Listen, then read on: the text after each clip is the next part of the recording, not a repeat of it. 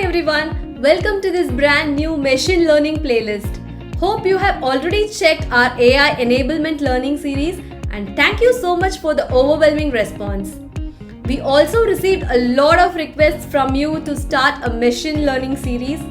So we are really excited to begin this brand new ML learning journey together. In this series, we will make machine learning simple, practical and easy to understand. We'll not only learn the concepts step by step, but also explore the coding side using Python that makes ML so powerful in the real world.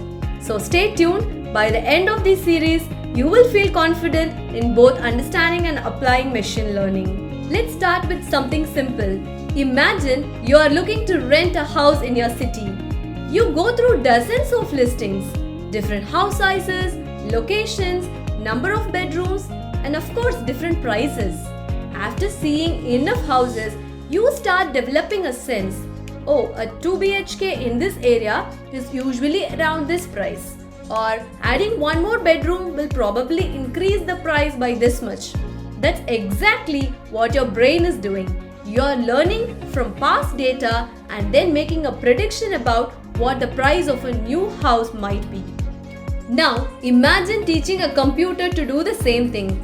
You feed it lots of examples, the house size, location, number of bedrooms and the actual price. The computer looks at all those patterns and once it has learned them, it can predict the price of a new house it has never seen before. That is machine learning in a nutshell.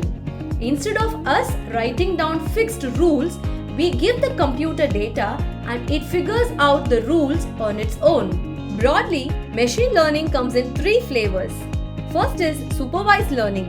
It is similar to our house example, where we give the computer both the input and the correct answer, and it learns the mapping. Then another example would be classifying whether your email is spam or not. Then the second flavor is unsupervised learning, where there are no answers and the computer just groups things on its own. Just consider Netflix clustering similar movies together, then segmenting customers based on their spending patterns, etc. The third one is reinforcement learning, where an agent learns by trial and error, like how self-driving cars improve with practice. Let's start exploring these learning methods and algorithms one by one in a very simple way. Follow Interview Kickstart and stay tuned for simple and easy ML explainer videos with code.